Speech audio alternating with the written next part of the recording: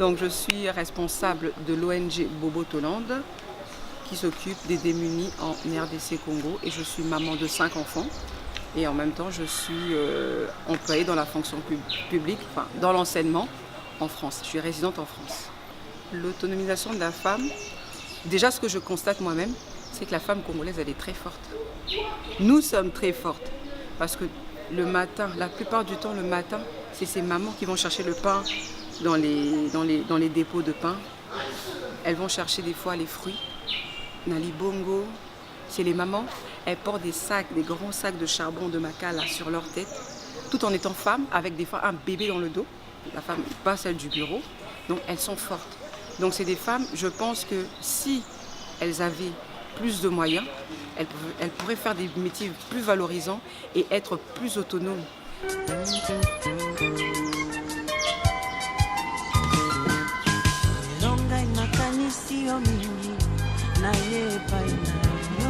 Moi, mon souci serait, au lieu des fois de rapporter du pain à nos mamans, parce que moi, en fait, je soutiens les personnes qui n'ont pas assez d'argent, qui sont, on va dire, des personnes qui sont pauvres et qui sont dans le besoin. Au lieu de tout le temps apporter du pain, moi, ce que j'aimerais, c'est qu'on développe un système, peut-être un magasin, on leur donne un fonds pour qu'elles puissent tourner leur argent et arrêter de tout le temps demander. Parce que si aujourd'hui, je vous donne, demain, je vous donne. Et après, un jour, moi-même, j'aurai plus de quoi vous donner. Et donc, vous n'apprendrez jamais rien parce que vous serez tout le temps dépendante de moi.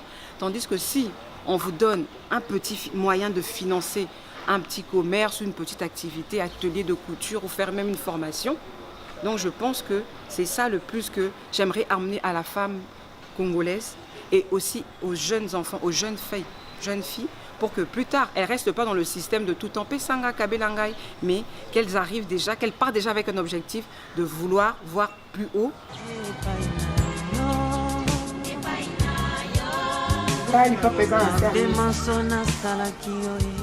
Ben là, actuellement, j'aide des jeunes filles qui sont orphelines dans un centre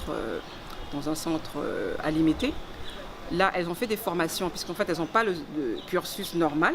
Donc là, elles sont en train de faire des formations, ateliers couture, esthétique. Et donc là, j'essaye, avec les contacts que j'ai, d'essayer de placer ces jeunes filles dans une société, dans un salon de coiffure, maison d'esthétique, maison de couture, pour qu'elles deviennent autonomes financièrement. Comme un salarié, comme ça, son métier, ça devient son gagne-pain.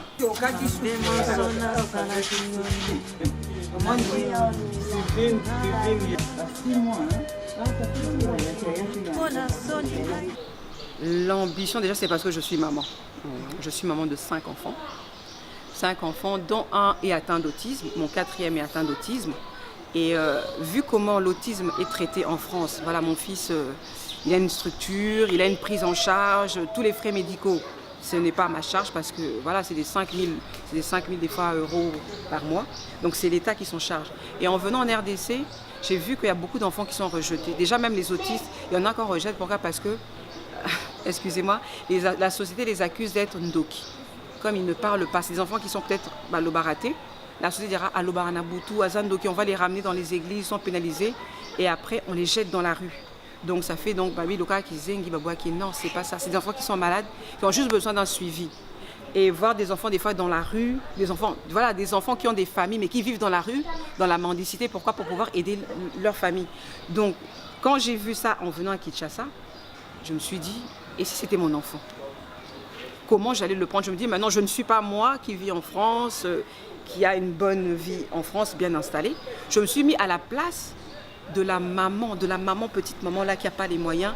Atindaramo nana qui luka côté kaba mouchoir, kolala kanaba naba kermesse na saba messa sokola ba kit ya ba stand. Donc je me suis dit c'est pas possible. Donc je me suis dit à partir de là il faut faire quelque chose.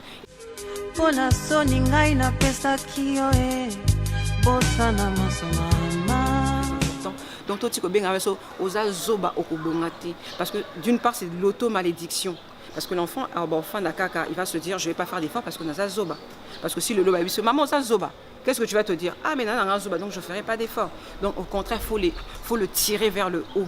Il est en bas, tu le tires aux zoba. Bon, ok, on va trouver une solution pour que tu ailles vers le haut.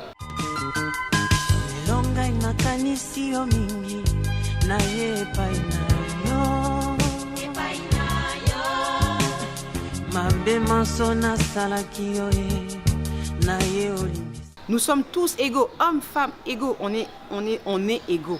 Mais maintenant, notre chance à nous les femmes, on a tendance à nous diminuer. Pourquoi? Parce qu'on est femme, on doit rester à la maison. Quand on est à la maison, la cuisine, là, il n'y a pas de souci. Mais quand on est dans un bureau et que des fois la hiérarchie, c'est la femme qui dirige, l'homme le prend toujours mal.